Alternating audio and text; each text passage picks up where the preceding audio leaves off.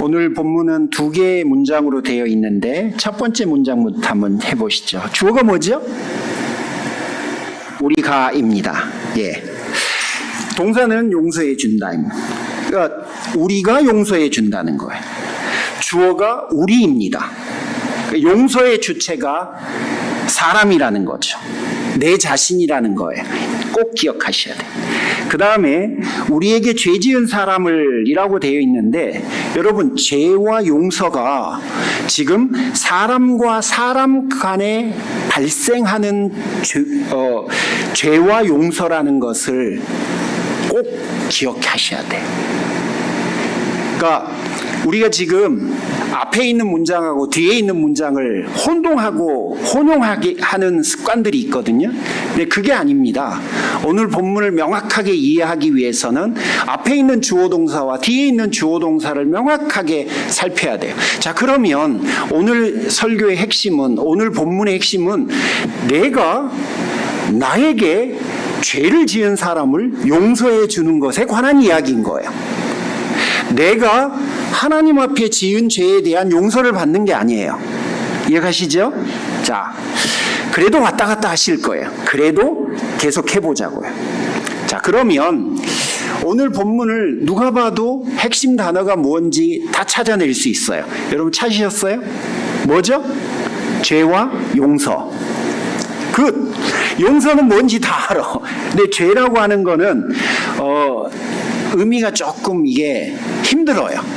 자, 일단 우리가 아는 죄, 즉 여러분 옛날에 교리 공부를 하실 때 어른 목사님들에게 많이 들으셨을 거예요. 관역이 있는데 그 관역을 빗나간 게 이 죄라고 하는 단어의 의미입니다. 생각나시는 분, 떠오르시는 분, 예, 그렇게 많이들 배우셨을. 그게 하마르티아라고 하는 헬라어 단어를 그렇게 말을 해요. 자, 그러면 마태복음 6장 12절에 죄라고 하는 단어가 하마르티아냐? 아니에요. 왜 아니에요? 그러면 번역을 잘못한 거예요? 아니에요. 그렇진 않아요. 오페이레마라고 하는 헬라어를 썼어요. 오페이레마는 정확하게 말하면 죄로 번역하는 게 아니라 빚, 내가 누군가의 진 빚 혹은 부채, 이렇게 번역을 해야 해요. 그러면 왜 본문은 빚이라고 번역을 안 하고 부채라고도 안 하고 죄라고 했습니까? 영어 성경들은 다 빚이라고 번역을 했어요. 근데 우리 한글 성경은 빚이라고 번역을 안 했어요. 그러면 왜 그 단어를 씁니까? 예, 여러분 마태복음은 누구를 위한 복음서죠? 어떤 사람들을 위해서 기록한 복음서인가요? 누구요? 유대인들이에요.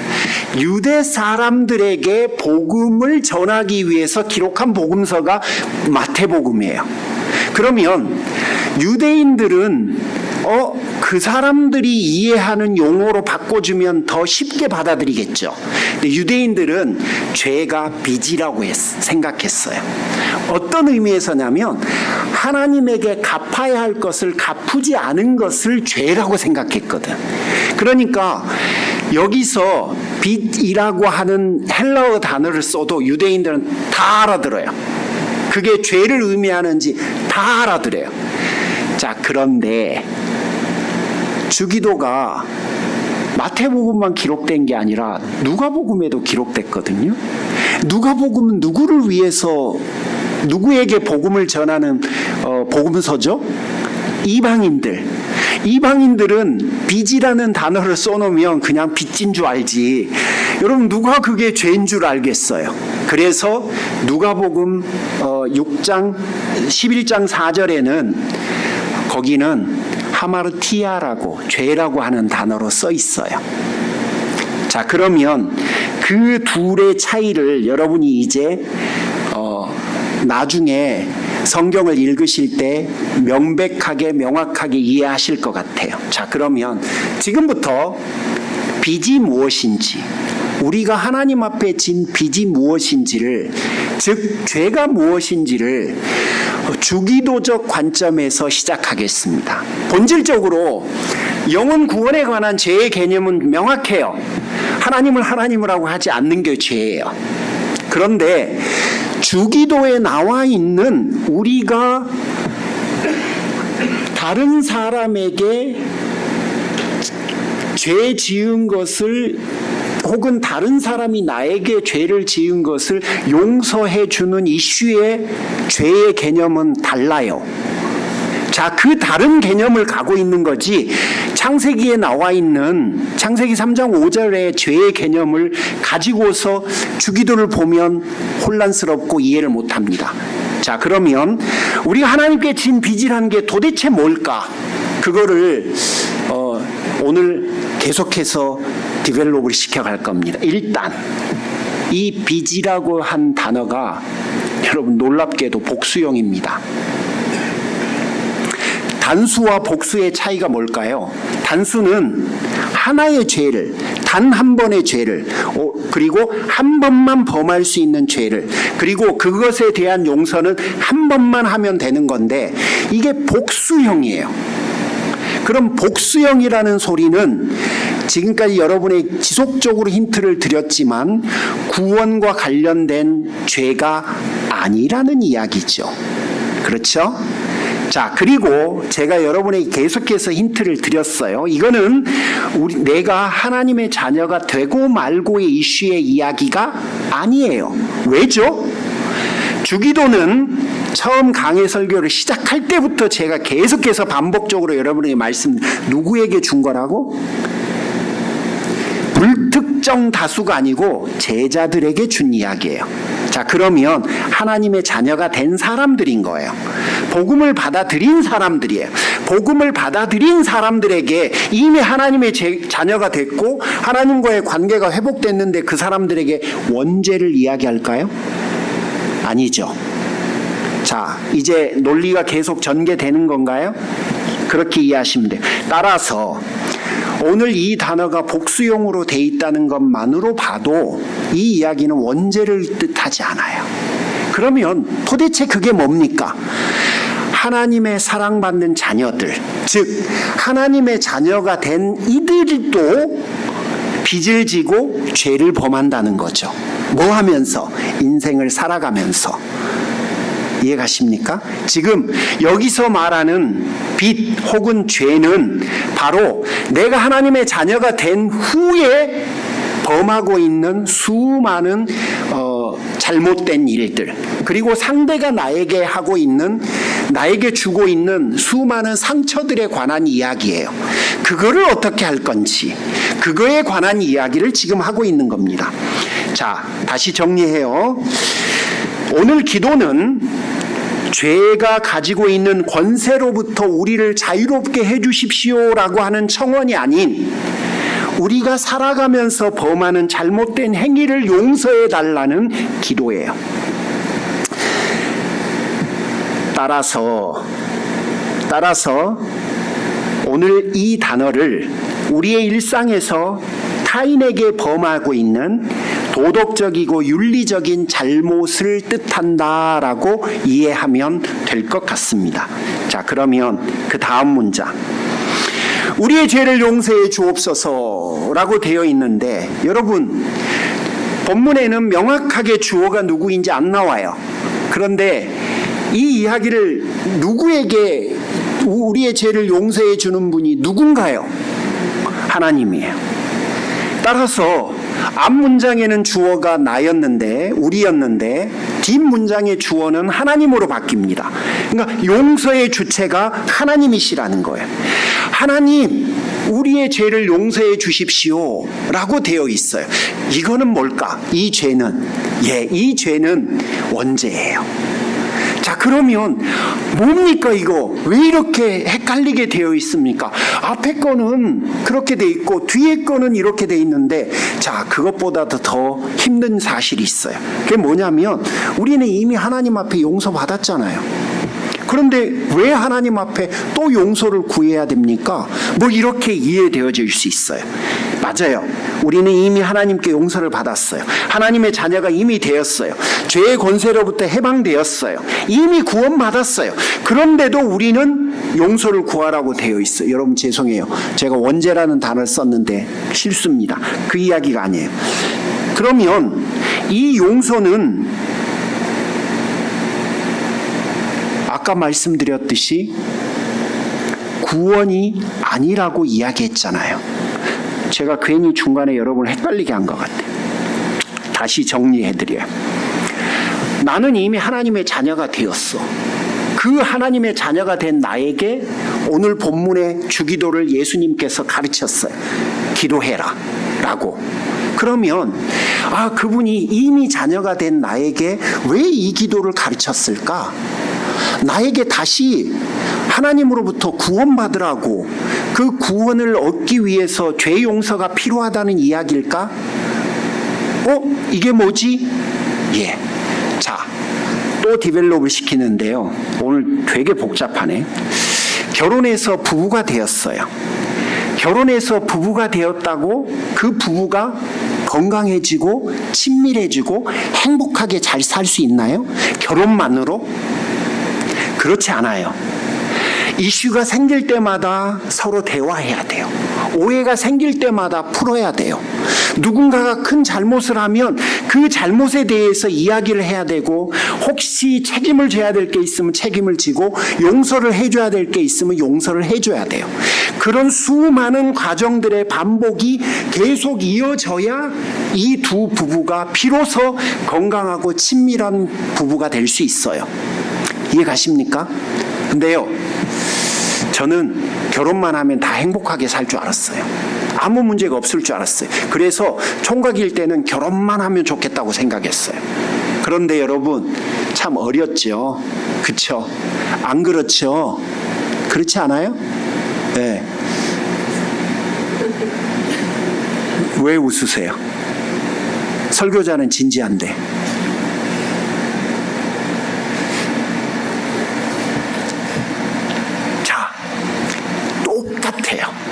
오늘 본문이 우리에게 죄 지은 것을 용서해 주십시오라고, 그분이 왜 내가 이미 하나님의 자녀가 되었는데 왜 죄 용서를 또 기도하라고 하지? 그거는 여러분, 내가 하나님의 자녀가 되었어도 나와 하나님과의 관계는, 하나님은 나를 향해서 견고하지만 나 자신은 하나님을 향해서 견고하지 않아요. 친밀하지 않아요. 여러분, 어떤 신앙교육과 또 어떤 교회와 어느 목사님의 설교를 듣고 자랐느냐에 따라서 여러분의 영성이 조금씩 다 다를 거예요. 근데 어떤 분들은 사실 하나님을 향해서 경외감과 두려움을 더 크게 가지고 계신 분들이 많아요. 우리 옛날에 그랬어요. 주로 하나님을 경외하라고, 죄 짓지 말라고, 이런 설교 되게 많이 들었어요. 그러다 보면 내가 하나님을 향해서 가지고 있는 건 친밀한 관계가 아니에요. 그분을 향해서 두렵고 떨리는 마음이 강해요. 그런데 그렇다고 내가 두렵고 떨리는 마음을 갖고 있다고 내가 하나님 앞에서 제대로 사느냐? 여러분, 할 건 다 해요. 그렇지 않습니까? 우리 그거 다 하고 살았어요. 그런데 할 건 다 하면서 잘못된 거는 다 하면서 두렵고 떨림이 있으니까 그분과의 관계는 매번 너무 먼 거야. 너무 불편해. 너무 부담스러워. 너무 힘들어. 거기다 큰 잘못까지 하나 해봐. 목사님이 또 그날 따라서 또 죄에 대한 이야기를 또 강하게 해봐. 그러면 찔려갖고 하나님 앞에 못 와요. 여러분, 그거하고 똑같아요. 그분은 왜 내가 이미 하나님의 자녀 됐는데 나에게 지금 나의 잘못과 하나님의 자녀로서 살아가면서 범했던 수많은 잘못들에 대해서 기도하라고 하지? 예. 바로 그 기도와 또 그분의 용서에 대한 경험, 내가 누군가를 또 용서하는 경험들을 통해서 주님과 친밀해져요. 진짜 아버지와 자녀의 관계가 되고요. 정말 하나님과 나와의 관계가 돼요. 하나님과 자녀됨의 관계가 과거에는 피상적이고 머릿속에서만 내가 그분을 인정하고 알았는데 이제는 내가 내 인생을 통해서 그분이 나를 향해서 가지고 계신 마음이 뭔지, 그분이 나를 향해서 가지고 계신 사랑이 뭔지, 그분이 나를 향해서 주신 약속이 어떻게 성취되는지를 내가 알고 경험하게 돼요. 그러면 어떻게 되는 줄 아십니까? 좋아져요. 그분이 너무너무 좋아져요. 그냥 그래, 그분은 나를 천국으로 보내주실 분이야 해서 그치지 않고, 나는 나중에 천국 갈 거야 해서 그치지 않고, 예수님이 좋은 걸 어떡합니까 하면서 춤을 추게 된다니까요. 이해가세요? 예. 그래서 주께서는 그 주님 하나님과 우리와의 자녀됨의 관계를 이제는 능가해서 우리의 일상에서 그분과 나와의 친밀한 관계를 형성시키기 위해서 이 용서라고 하는 도구를 우리에게 주신 거예요. 그래서 죄 용서에 대해서 기도하라라고 이야기한 겁니다. 여러분, 다 아는 이야기지만 그래도 언급을 해야 될 것 같아요. 죄가 가지고 있는 어마어마한 영향력, 그거를 잊으시면 안 돼요. 그거를 잊는 순간 나는 잘못을 범하고 있는 저 사람을 용서할 마음이 안 들어요. 그런데 그 영향력이 얼마나 거대한 줄 알면 나라도 나서서 그 사람이 나에게 준 상처가 죄로 키워지는 것을 내가 두고 볼 수 없게 돼요. 내가 그거를 키우고 있는 그 어리석은 행동들을 안 하게 돼요. 내가 나서서 그걸 끊어줘요. 그 영향력이 얼마나 막강한 줄 알면, 내 인생과 그 사람의 인생을 망가뜨린다는 것을 내가 알면 절대 그거를 키우거나 용납하고 있을 수가 없어요. 그런데 그걸 모르는 사람들은 계속해서 키워요. 저 사람이 나에게 잘못을 했잖아. 그러면 주께서 나에게 그것을 차단시키고 하나님과 나와의 자녀됨의 관계를 더 건강하고 친밀하게 북돋으라고 나에게 그것에 대해서 기도하고 용서의 길을 가라고 했음에도 불구하고 난 뭐 안 가요. 모르니까 안 가는 거예요. 그 영향력이 얼마나 막강한지를 알면 절대 그거를 내가 키우고 있을 수가 없어요. 내가 아무리 상처가 커도. 이번에 읽기방 본문이었잖아요. 창세기 16장. 아브라함이 시간이 지나면서 하나님의 약속을 안 믿어요. 불순종해. 여러분, 아브라함이 믿음의 조상이라고 하는데 이제는 창세기 16장에 가면 불순종의 조상이 돼요. 아니, 그분의 트레이드 마크가 믿습니다거든, 아멘이거든요. 근데 노멘을 한 거예요. 그러자 무슨 일이 벌어졌는지 아십니까? 그 한 사람의 불신의 여파 때문에 그 가정이 엄청난 수용돌이에 빠져요. 아내 사라가 세상에 자기 여종 하갈을 남편의 침실로 들여보내요. 여러분, 아내분들, 이런 상황을 상상이나 하실 수 있겠어요? 상상이나 하실 수 있겠냐고요. 아브라함이 사라를 통해서 아들을 주겠다고 했던 그 약속을 믿었다면 사라도 자신을 통해서 하나님의 아들을 줄 거라는 걸 끝까지 신뢰했을 거예요. 그런데 아브라함이 그걸 안 믿어요.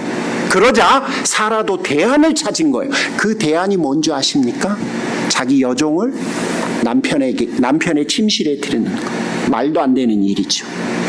여종 하갈이 임신을 하자 여종이 주인 사라를 업신여깁니다. 종에게 무시를 받은 사라는 당신 때문이라고 남편을 비난합니다.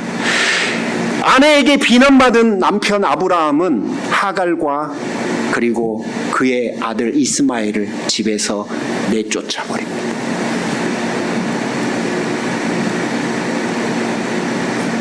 여러분, 어떻습니까? 아브라함의 죄가 사라 하갈, 다시 사라와 하갈에게 악순환을 미치잖아요. 여러분, 그래서 봐야 해요. 그분은 왜 나에게 자꾸 상처받은 나를 케어하지 않고 왜 나에게 상처 준 사람을 용서하라고 그럴까요? 여러분, 자녀들에게 부탁하는 거예요. 하나님이. 저 사람은 못 보고 있는 거고, 원래 상처 준 사람은 잘 몰라요.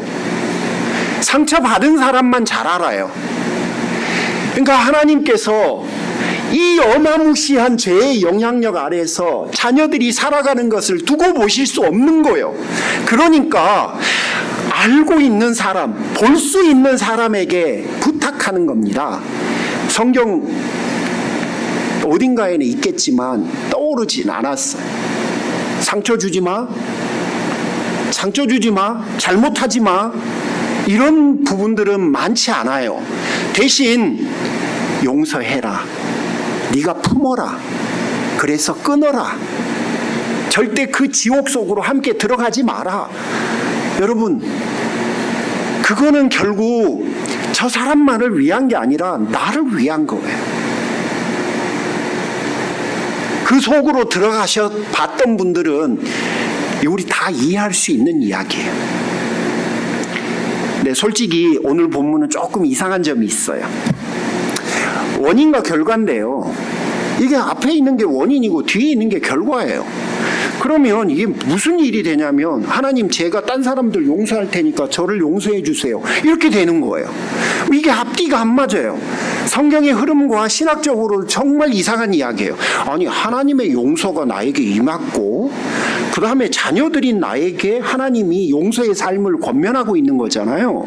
그런데 오늘 구조를 보면, 하나님, 제가 용서해 줄게요, 그러니까 하나님 저를 용서해 주세요, 이렇게 돼 있는 거예요. 네, 여러분, 그게 아니에요. 사실은 스위치 돼 있는 거예요. 그러니까 우리가 모범을 보였으니 하나님 용서해 주세요가 아니라, 하나님이 저에게 용서를 해 주셨으니 제가 하나님 용서하겠습니다, 이 이야기예요. 자, 그러면 앞뒤의 개념만 바뀌어도 이게 하나님에게 요청하는 건지 아니면 내가 그렇게 하겠다고 약속을 하는 건지 여러분 달라지잖아요. 앞뒤 그대로 두면, 하나님, 우리가 용서했으니까 우리를 용서해 주세요, 이게 청원이 되는 거잖아요. 그렇죠? 그런데 이게 바뀌어봐요. 하나님이 용서해 주셨으니 제가 용서하겠습니다, 이거는 서약이 되는 거예요. 자, 잘 들으셨던 분들은 제가 주기도문을 지금 4번째 이야기하는데 제가 계속해서 이야기했었어요. 주기도는 기도임과, 즉 청원임과 동시에 뭐라고요? 서약이라고, 맹세라고 이야기를 했었어요. 나라가 임하시옵소서. 예, 주님 뜻대로 제가 믿음으로 순종하며 그렇게 가겠습니다. 하나님의 다스림을 받겠습니다. 뭐예요? 이거 약속이에요. 내가 서약하는 거예요. 그러니까 주기도는요, 하나님 앞에 요청하는 청원임과 동시에 내가 그렇게 하겠다고 하나님 앞에 서약하는 거예요. 오늘 본문도 이건 서약이에요. 해 주십시오의 의미도 있지만 그렇게 하겠습니다라고 하는 하나님 앞에 내가 맹세하는 거예요. 자, 그러면 여러분, 이렇게 한번 생각해 보십시오. 서약이라고 말씀드렸는데 이 부분을 제가 조금을 확대하겠습니다. 본문은 하나님의 용서와 우리의 용서를 연결시켜요. 되게 중요해요. 그러니까 하나님이 저를 용서해 주셨으니까 저도 용서하는 삶을 살겠습니다, 연결돼 있잖아요. 그리고 이 본문을 지난번 제가 여러분에게 마태복음 18장 1만 달란트 빚진 종 설교를 할 때 무슨 이야기를 했냐면 굉장히 강한 표현을 썼었어요. 하나님, 제가 용서의 삶을 살지 않으면 저를 용서하지 마십시오 라고 하는 의미가 담겨 있다고 말을 했었는데, 김경희 집사님 생각나요? 다시 가서 돌려보세요. 그게 맞는 말이에요. 근데 오늘은 그 이야기는 안 할게요. 참 좋아요. 자꾸 잊어버리니까 저 한 4년 후에 다시 마태복음 18장 설교해도 될 것 같아요. 그때 되면 또 처음 듣는 이야기죠. 이 이야기 원고에서 제했는데 다시 해야겠네. 세상에서 가장 행복한 동물이 누군지 아세요? 세상에서 가장 행복한 동물 누굴까요? 금붕어. 왠 줄 아세요? 네, 10초 전에 일어난 건 기억을 못 한대요. 다 잊어버린대요. 제가 금붕어예요? 여러분이 금붕어예요? 자, 내가 기꺼이 용서하는 삶을 사는 것은 하나님께서 내게 베푸신 용서의 은혜가 너무 크기 때문이라는 이야기를 하고 싶어서 그런 거예요. 그러니까 내가 누군가에게 용서하겠다고 마음을 먹는 동기가 뭐냐면 내가 그분으로부터 받은 은혜가 너무 크다는 것을 내가 이미 알고 있기 때문에 내가 누군가를 용서할 마음을 먹는 거예요. 그걸 지금 하나님이 나에게 주신 용서와 내가 누군가를 용서하는 개념이 연결되어 있습니다라고 하는 말로 표현한 거예요. 자, 하나님은 우리가 용서의 삶을 살지 않으면 우리가 십자가 은혜를 인정하지 않는 것과 같다고 말씀하셨어요. 그게 마태복음 18장이에요. 그러니까 용서는 단순히 하고 말고의 이슈를 능가해서 내가 받은 은혜를 고백하는 것이라 라고 이야기를 했었잖아요. 이런 의미에서 오늘 본문의 죄의 용서란 우리가 주님에게 받은 용서가 동기가 되어서 주변의 사람들의 잘못을 용서해 주는 행동을 뜻하는 거예요. 받은 은혜가 나에게 넘쳐나서 은혜를 흘려보내는 삶을 사는 거라는 이야기예요. 근데 이게 자기 연민과 자기 중심성이 강한 이 시대를 사는 우리가 내게 상처를 준 사람의 허물을 덮는다는 것은 말도 안 돼요. 말이 안 되는 말이에요. 그건 은혜의 역사가 아니면 불가능해요. 십자가 죄 용서에 감사하는 것으로 끝나지 않고 그 용서의 은혜를 내 삶에서 다른 이들에게 흘려보내면서 살겠다고 하는 서약적 맹세가 바로 주여 나를 용서해 주십시오. 제가 용서의 삶을 살겠습니다 라고 하는 기도에 담겨 있는 거예요. 주님께서 내 생명을 건져주셨다고 믿는다면, 내가 그걸 믿는다면 우리는 내 생명보다 더한 것으로 분명히 감사를 표할 거예요.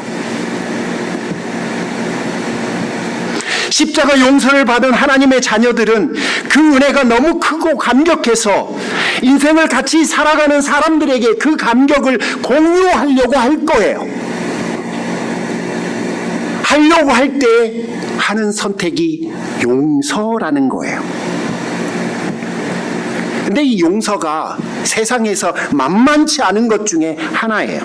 그래서 어떤 분들은 본인이 하는 용서를 상식이라고 하는 범위 안에 가둬요. 즉 다르게 말하면 우리가 상식적인 범위 안의 것들만 내가 용서해 줘요.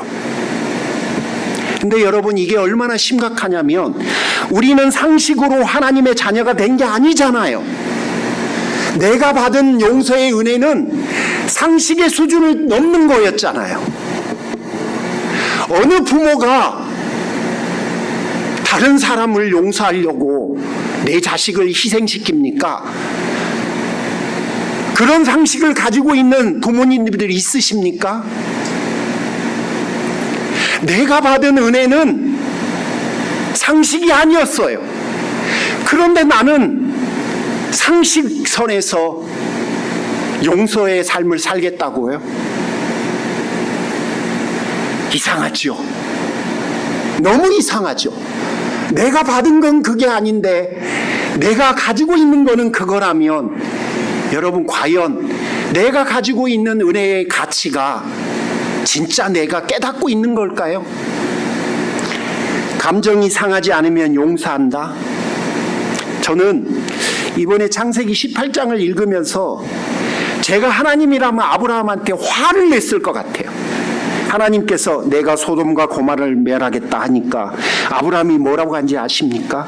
하나님, 의인 50명이 있으면 어떻게 하실래요? 아니 45명은요? 아니 40명은요? 아니 30명은요? 아니 20명은요? 다시 한번 생각해보니 10명은요? 제가 하나님이라면 너 지금 나하고 장난하냐? 관둬라고 했을 것 같아요.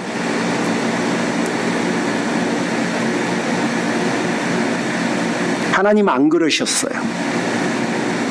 그분은 감정이 아닌 인내로 아브라함의 모든 마음을 받아주셨어요.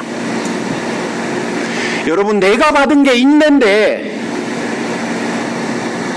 내가 주는 거는 감정이면 내가 진짜 인내를 받은 건가요? 내가 받은 거는 인내인가요? 감정인가요? 참을만 하면, 받아들일만 하면 받아들이겠다, 용서하겠다. 그게 우리가 받은 건가요? 세 번째는 손해와 이익으로 생각하는 분들이 계세요. 저는 이게 최악이라고 생각해요. 나에게 크게 손해가 안 되는 일에 대해서는 용서하겠다라는 건데요. 여러분, 주님께서 나를 용서하시기 위해 지불하신 대가는 독생자의 죽음이에요. 주님이라고 해서 죄송합니다. 하나님께서 나를 용서하기 위해 지불하신 대가는 독생자의 죽음입니다. 하나님께서 모두 지불하셨고 주님께서 그거를 대행하셨고 내가 지불한 것은 아무것도 없어요. 나는 아무것도 지불하지 않고 모든 것을 공짜로 받은 사람이에요. 십자가의 정신, 내가 받은 용서의 정신이 그건데 나에게 이익이냐 손해라고 하는 걸로 용서의 가치 기준을 삼겠다고요?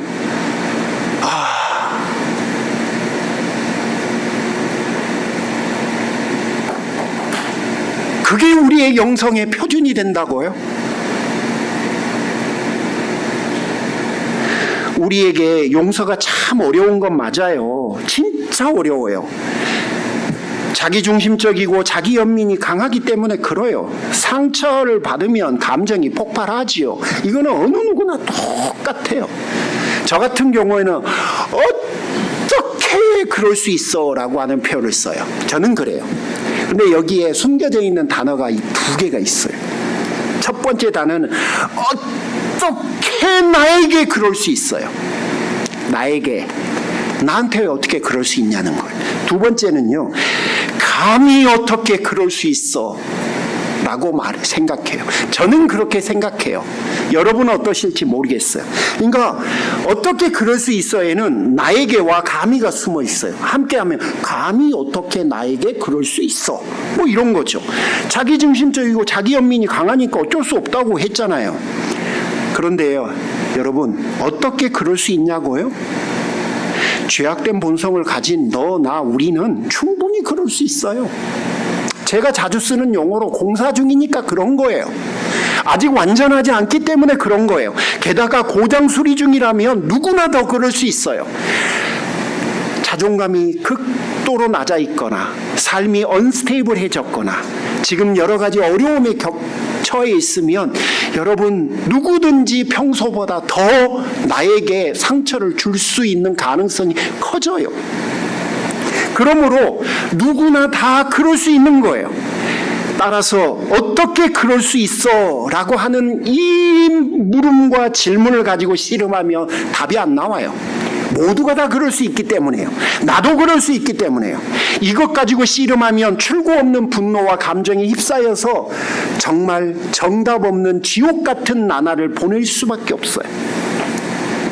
하나님의 자녀들은 어떻게 그럴 수 있어가 아니라 자신이 받은 십자가에서 용서의 길을 찾아야 돼요.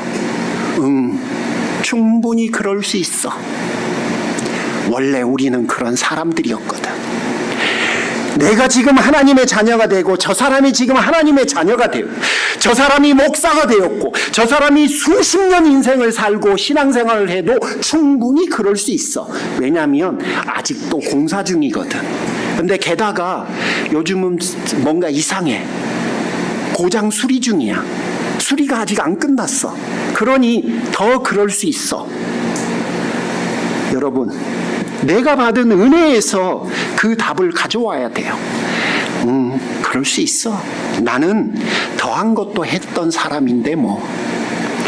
그래야 하나님의 다스림이 내 인생을 찾아옵니다.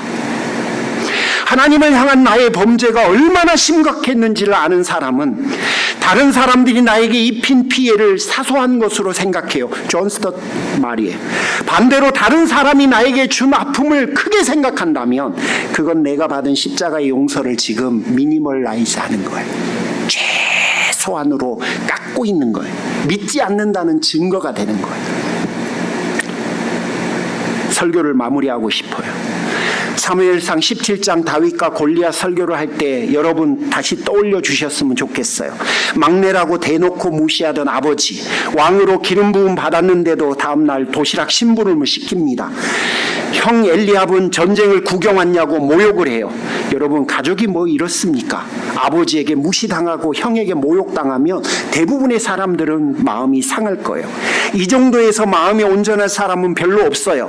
만약 다윗이 여기서 삐졌다면 골리앗 앞에 서보지도 못했을 거고 사무엘상 17장의 다윗 이야기는 거기서 끝날 거예요. 다윗이 아버지에게 속상했는데 형에게까지 속상해서 삐졌더라. 충분히 공감되더라. 이게 끝일 거예요. 여러분, 우리는 대부분 그 인생 스토리를 지금 써가고 있는 거예요. 내가 받은 대로 충분히 그 받은 것에 내가 집중하면서 거기에 몰입하면서 인생을 살아가고 있는, 정당하지요. 정말 정당해요. 왜냐하면 나는 상처를 받은 사람이지 준 사람이 아니니 상처를 준 그 사람에게 상처를 준 만큼 반응하고 있는 거는 당연한 거 아니에요? 하지만 그 다음 이야기는 없어요. 다윗만 하나님 앞에서 인생의 기록을 쓰고 있을까요? 우리의 인생은 그분 앞에서 쓰여지고 있지 않을까요? 쓰여지고 있을 거예요. 그렇다면 아버지 이새의 무시도 극복하고 형 엘리압의 모욕도 극복하고 어마무시한 골리앗의 외모도 무시한 채 다윗이 비로소 눈에 보이지 않았는 하나님을 봤던 것처럼, 인생을 그렇게 살았던 것처럼, 그렇게 살았기 때문에 다윗이라고 하는 사람의 이야기가 사무엘상 17장에서 우리에게 감동을 주는 거 아닙니까?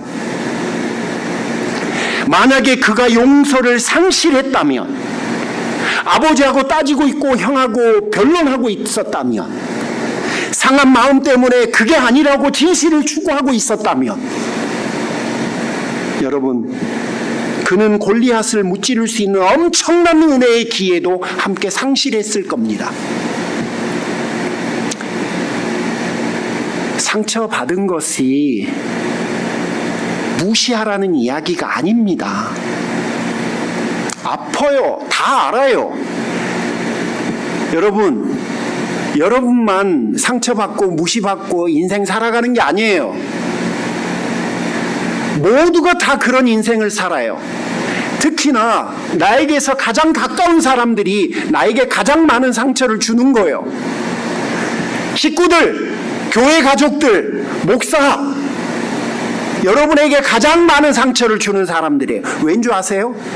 모르는 사람들이 여러분에게 상처를 줄 리가 없잖아요.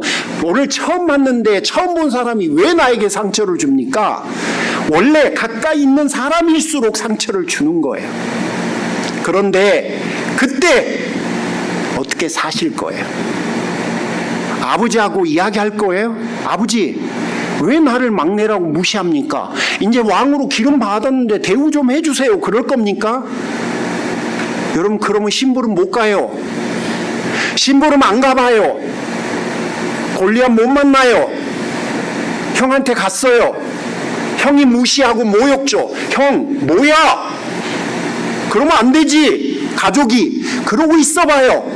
그러면 골리앗 앞에 못 서요. 골리앗이 막 우렁차게 막 해요. 내가 골리앗 앞에 주눅 들어갖고 있어봐요. 그러면 물맷돌 못 돌려요. 여러분, 거기서 다윗의 인생은 다 끝나는 거예요. 어제 맛있는 주장로임댁 초대도 거절하고 제가 설교를 줄였는데 오늘 왜 이러고 있는지. 이제 끝납니다. 진짜 죄송합니다. 다음 주 설교는 확실하게 짧게 하겠습니다. 저한테 가장 큰 고뇌가 이 설교를 줄이는 건데 여러분 진짜 죄송해요. 한 가지만 기억하세요. 끊어내야 돼요. 나는 그럴 수 있어요. 왜요? 하나님의 사랑받는 자녀니까. 내가 받은 은혜가 상식을 뛰어넘는 거고, 내가 받은 은혜가 감정이 아닌 인내에 기반한 거고, 내가 받은 은혜가 손해와 이익을 따지지 않는 어마무시한 자비로운 거였거든.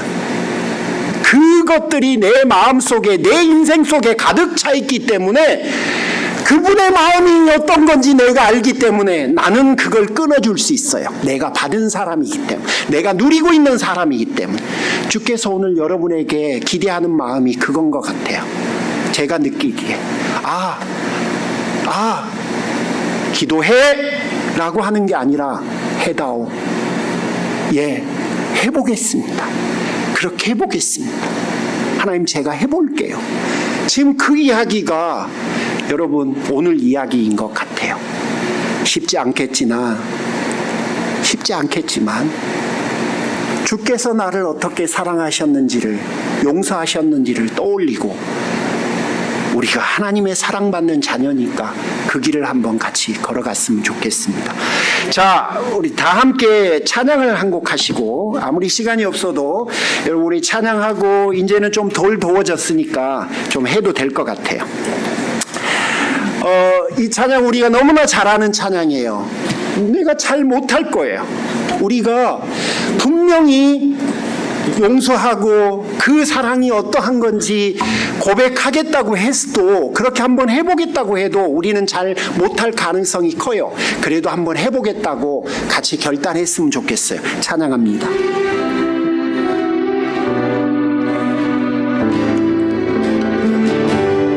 다 표현 못해도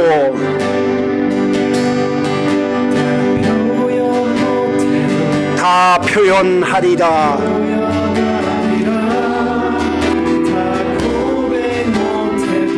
여러분, 믿음의 고백을 담지 않으면 아무런 의미가 없는 노래예요. 결단을, 고백을 같이 담아주셨으면 좋겠습니다.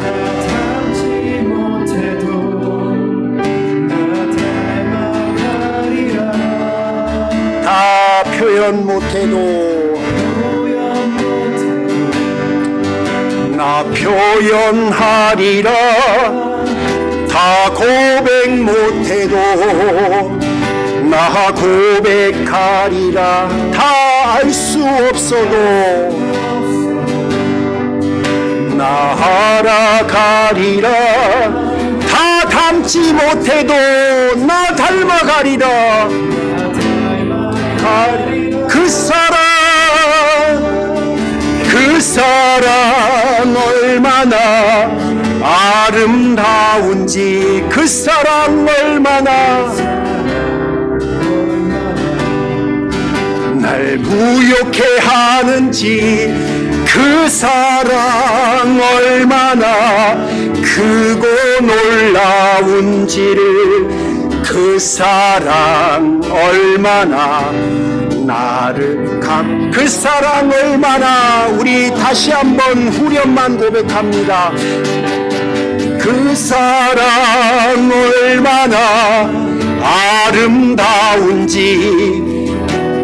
그 사랑 얼마나 날 부욕해 하는지, 그 사랑 얼마나 크고 놀라운지를, 그 사랑 얼마나 나를 이 시간 우리 합심해서 한번 같이 기도하고 싶습니다.